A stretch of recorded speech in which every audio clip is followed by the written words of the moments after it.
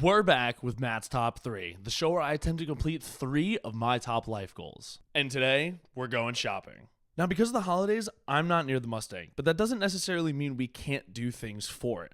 So I took yet another trip to Harbor Freight to see if I could pick up some new tools. Now, the most important part of this trip was getting a flux welder, because with all the rear framework I'm going to have to do, this thing is a necessity. Outside of that, I picked up some wheel chocks, an angle grinder, and a lot of other safety things that have just been kind of missing. All this means is that when I get back up to Boston to work on the Mustang, I'll at least be in a slightly better position than I'm currently in. Now, I also decided since I was going to be away from the Mustang, I could still do some stuff while I was here. So I brought back the engine block with all the valve heads, the oil pan, some of the transmission parts, the carburetor, and the drive shaft.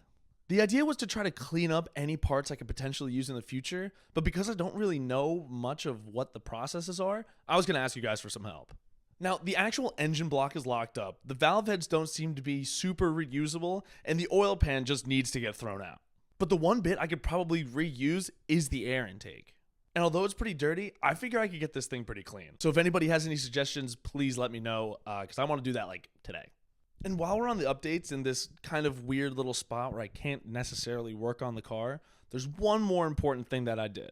See, before I headed down, I wanted to see if there were any junkyards nearby that held classic cars. That way, when it came to me getting new parts, I could just scrape around. And to my surprise, there was a place within 40 minutes of my house that specialized in Mustangs. So I took a quick drive down and headed to Tosi's Mustang Farm.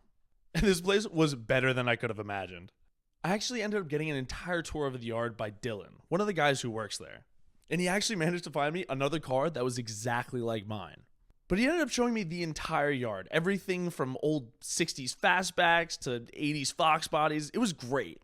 And after all of it, we got along so well, he's actually going to come and help with the Mustang at some point.